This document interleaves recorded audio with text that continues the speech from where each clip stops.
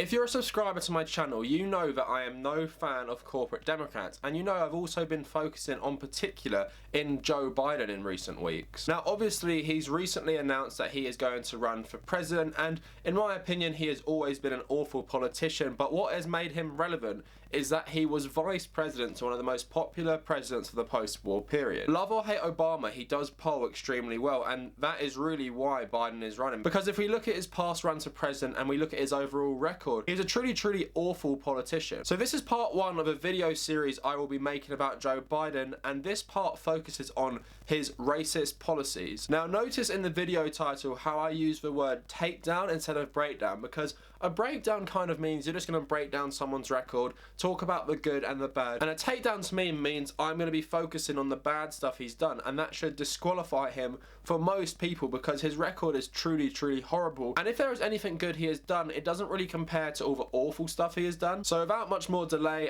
I'm about to end this man's whole career.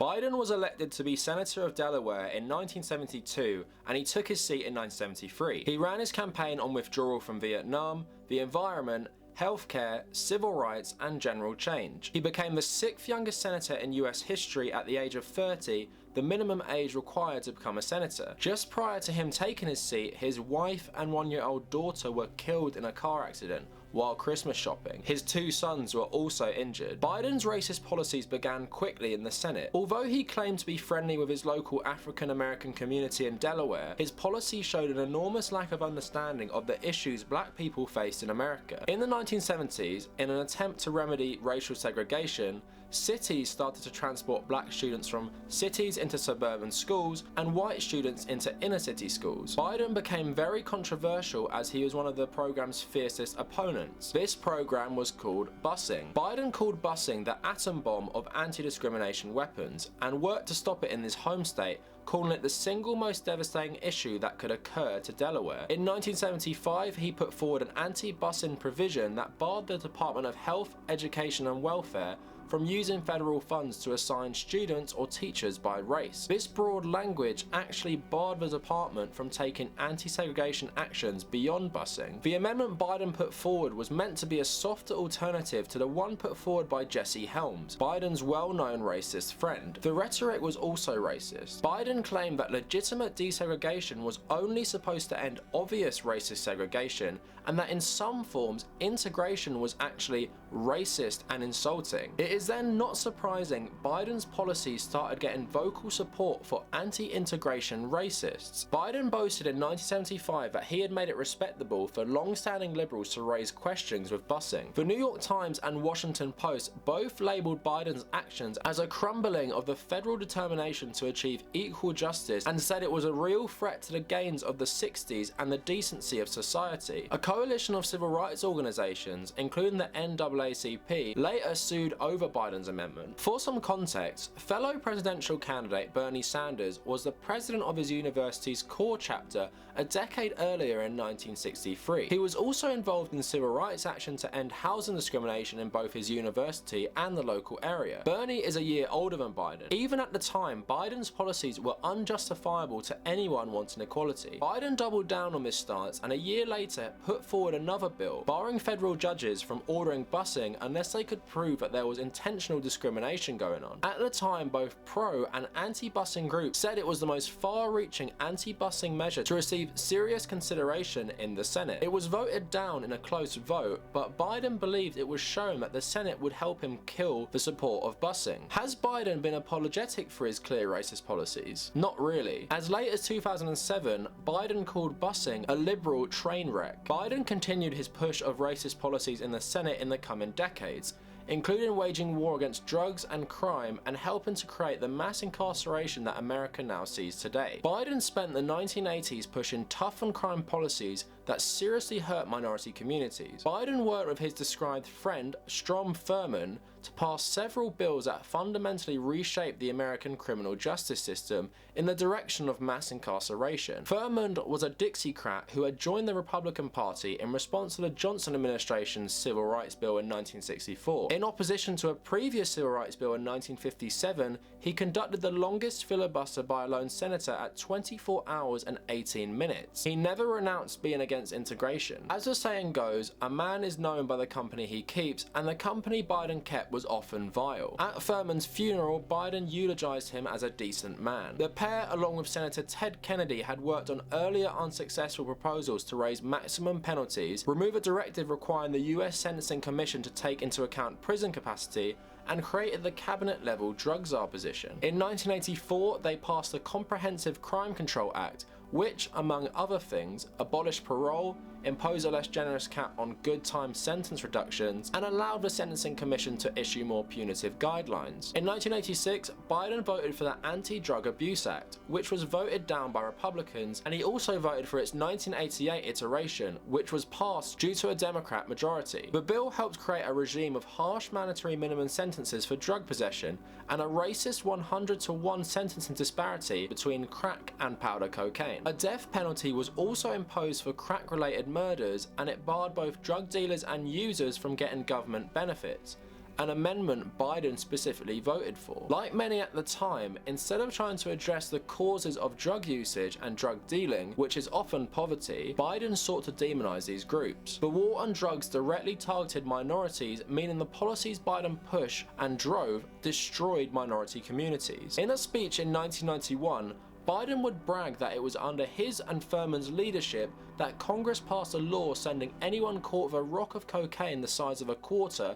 to jail for a minimum of 5 years. Biden here was gleefully bragging about destroying the lives of thousands of people, many who would have been addicts and junkies but not criminals. This law obviously affected people of color more than any other group, as seen across the long and misguided war on drugs. This disgusting speech was summed up by Biden taking credit for the legislative change allowing for the government to effectively rob anyone caught dealing drugs through the policy of civil asset forfeiture, and demanded to know why the Bush administration hadn't sentenced more drug dealers to life in prison or death since Congress had given Bush that power. This is absolutely staggering for a Democratic candidate for president to have the record Biden does. He directly oversaw the creation of the war on drugs and prison state and unapologetically bragged about it. But it doesn't end here. Bush kicked off the 1990s by putting forward a crime bill based on his national drug control strategy, outlined in a speech in late 1989. Biden responded with a crime bill of his own. His bill was pretty similar, but included a ban on assault rifles and directed more government money towards drug treatment. However, by the time the Senate passed its version of the crime bill, which featured pushing the death penalty for a variety of non-violent crimes, Biden called it the toughest, most comprehensive crime bill in our history. However, the crime bill was not passed, no thanks to Biden. But a year later, Biden brought back old proposals for the bill, including increasing mandatory minimum sentences, limiting the number of appeals for prisoners, and allowing the use of illegally obtained evidence in court as long as the police had acted in good faith when breaking the law. When the bill passed the Senate in the summer of 1991, it expanded the death penalty to 51 crimes, restricted death row inmates' ability to appeal their executions, and increased penalties for a variety of offences, such as dealing drugs at a truck stop. The Wall Street Journal would label Biden the architect of the bill, and pointed out how he moved several times to end the debate on contentious issues. The NAACP and other groups lobbied against the bill, and in a letter to senators, the ACLU called the bill far worse from a civil liberties perspective than any that has ever been considered by the Senate. Many judges and lawyers warned the law would make the judicial system even more unequal and racist. The bill was ultimately killed. The GOP blocked it because the final version was not hard enough on restricting prisoners' abilities to appeal their executions, much to Biden's disbelief. Biden would continue to attack the lack of action by the GOP on their crime bill as he tried to position the Democrats as the ones who were tough on crime. It was the election of Bill Clinton which allowed Biden to get the chance to pass his crime bill. Senator Biden urged Clinton to take the initiative and up the ante and pledge more resources for police, prisons, and drug treatments. The White House envisioned a comprehensive crime bill package that included increased penalties, including the death penalty. The result was Clinton's infamous 1994 crime bill, signed with Biden clearly at his side. Today the bickering stops, the era of excuses is over, the law-abiding citizens of our country have made their voices heard. Never again should Washington put politics and party above law and order. From this day forward, let us put partisanship behind us, and let us go forward, Democrats, Republicans, and independents, law enforcement, community leaders, ordinary citizens. Let us roll up our sleeves to roll back this awful tide of violence and reduce crime in our country. We have the tools now. Let us get about the business of using them. This bill implemented a 3 strikes mandatory life sentence for repeat offenders, something that has seen thousands going to prison for life for non-violent drug crime. It has overwhelmingly affected minorities and has contributed immensely to mass incarceration. Its near $10 billion funding was largely used for punitive measures, which included an expansion to death penalty offences. Another part of the bill stripped Pell Grant funding for college education to prisoners, even though education was a key tool to stop people reoffending. Clinton also championed the "one strike, you're out" policy for evicting public housing tenants if they or their guests were involved in any criminal activity, making it much harder for people to find housing after jail, which obviously contributes to those who will reoffend. The bill built on previous legislation Biden had endorsed and ramped up the rate of mass incarceration. The prison population has subsequently tripled as a result of the act, again disproportionately affecting poor minorities. Elizabeth Hinton, assistant professor of history and African American studies, says that Clinton and Biden knew these policies already disproportionately affected people of color, yet they choose to expand this very system and make it even worse. Biden stated the bill had achieved nearly every goal he had called for in his 5th report on US drug strategy. He bragged that he had convinced the liberal wing of the Democratic Party to now support 60 new death penalties and 70 enhanced penalties. In 2007, Biden would call the 1994 crime bill his greatest accomplishment. It is clear from his voting record and activity in the Senate that Biden was one of the key enablers and architects of many racist policies that went under the moniker of tough on crime. Instead of focusing on improving the quality of life of those living in poverty, Biden and his outwardly racist allies chose to punish those found with drugs, even marijuana. The result of Biden's actions is that hundreds of thousands of lives have been directly destroyed, disproportionately people of colour. Many have received life sentences for non-violent drug crimes, and as such they cannot hope to climb out of the poverty they often come from. The crime bill has successfully propped up and expanded the private prison industry. As I have mentioned, it tripled the US prison population into the largest in the world. Is Biden a racist? I would argue he is. He has and is extremely ignorant of the issues that have been used to subjugate those of colour. Not only is he ignorant, but he has arrogantly pushed some of the most destructive policies of the post-war period and pushed racist myths to achieve these ends. One only needs to look at his initial work in the Senate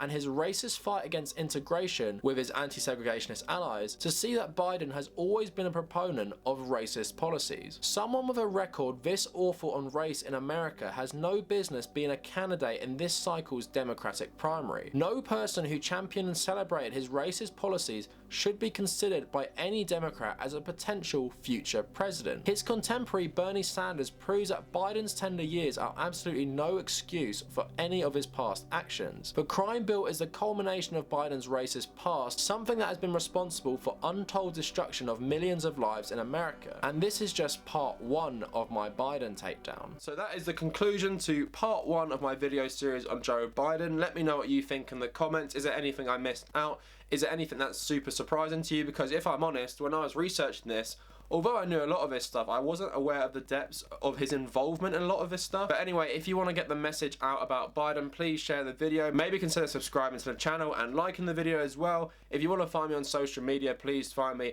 at The Tabernacle, both Twitter and Instagram. I also have a WordPress blog where I write about various issues. That is just The Tabernacle WordPress. And if you made it this far, thank you for watching.